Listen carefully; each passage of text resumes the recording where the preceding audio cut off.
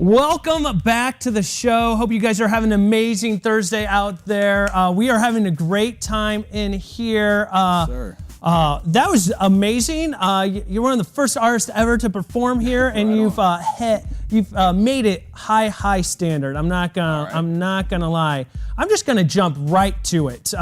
Merse. My biggest fear is always mispronouncing. But where'd you come up with the name for yourself? It's unique. I get a lot of people ask me that question. When I first started really rapping, I would go by, it was kind of long, Blood Bought Mercenary, and then I eventually dropped it off to just Mercenary.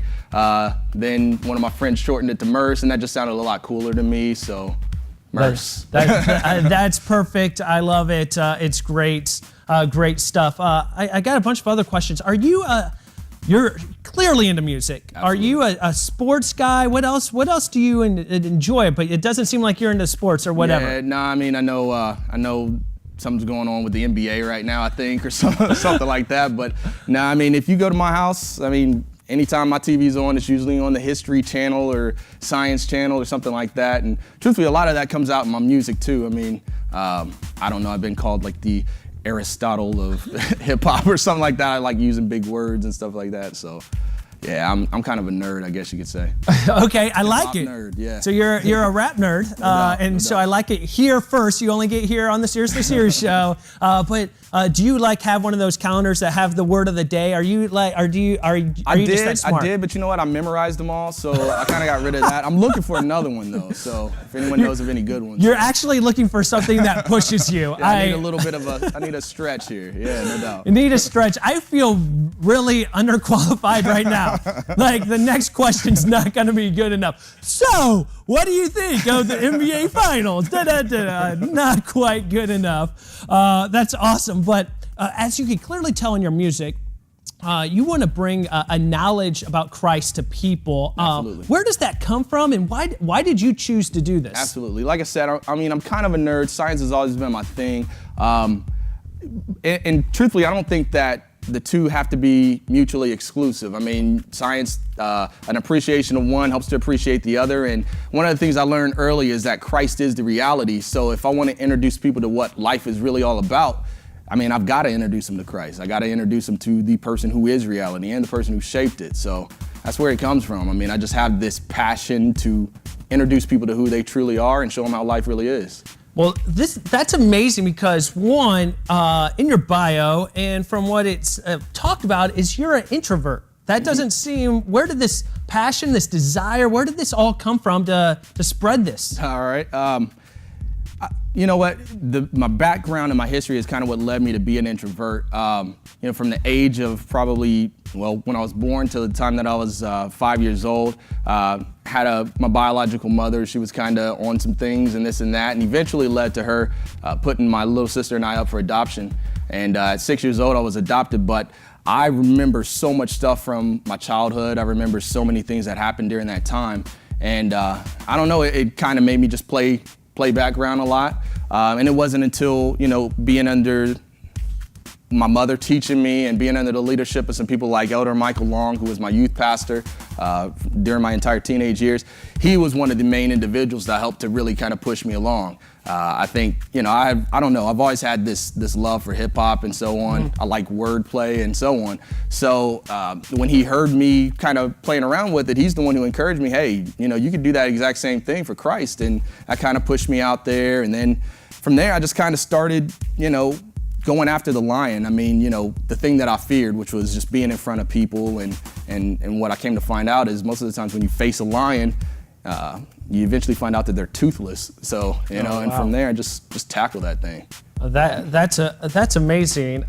Just to hear a little bit of your backstory, just to be able to hear about that, because people assume like you're up on stage that you're just fearless. You've never been that introvert or that. But now you're. I like how you said you're facing that line or you're going straight at Absolutely. it, and you get to see it.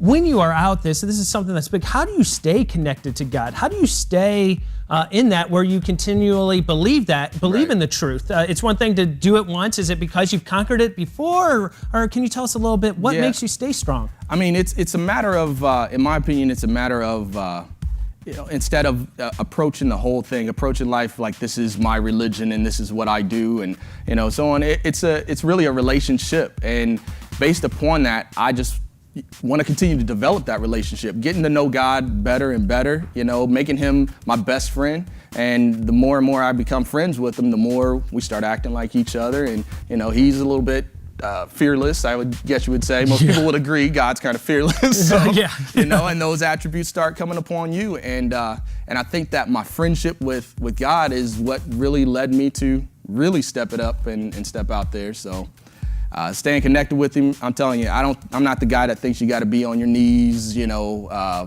at a certain angle in order to communicate with God. I think he's right there with you, sitting on the couch. I can talk just like I'm talking to you right now. So I think that's part of what makes it so great. That's awesome. And we got one more song coming from you, and I want you to explain a little bit about that song before we start. But before that, I want you to let the audience know, talk to the audience, tell them where they can find you, where they can follow you on Twitter, and so that you can sort of just say a little bit about yourself, because I'm sure after this, they want to know, how can I follow Merse? So go ahead and let them know. Right. Well, definitely on Facebook, look up I Am Merse, the whole Facebook www thing. I Am Merse, IAMMERSE. And then also on Twitter, I_am_Merse. And even on Instagram, I Am Merse. I'm trying to make it easy for everybody, so I Am Merse. Look me up. That's perfect. That's awesome. So make sure you guys check him out. Make sure you follow him on Twitter. It's just good stuff. But I want to give you a little chance to talk about this last song that you're going to do. Can you tell us a little bit about it? Yeah. I told you guys I love hip hop, but I'm also a fan. Really, I got an eclectic ear. I like a little bit of rock and so on. And on my last album, I wanted to do somewhat of a rock/hip hop song, and this is as close as I could get to it. But I kind of recruited some help. And those guys aren't here with me today, but some awesome artists that you all should also look up. Will Stomp, who's also got an album coming out here soon called Just Bars. There's another artist named New Breed, and they wrote a couple verses on that. Cool. But I'm gonna do my best to cover for them. But it's a pretty awesome song. We're getting a lot of love on a lot of radio stations across the country, so a lot of people love this song.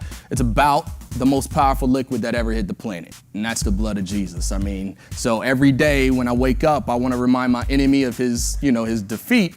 So I say, I rock the red. And, if you're going to be in your living room or wherever you guys are right now, in your bedroom or whatever, I want you to listen to this, and I want you to repeat it with me. When I say I rock the red, you should say it too, because we are powered and covered by the blood of Jesus. That gives us victory.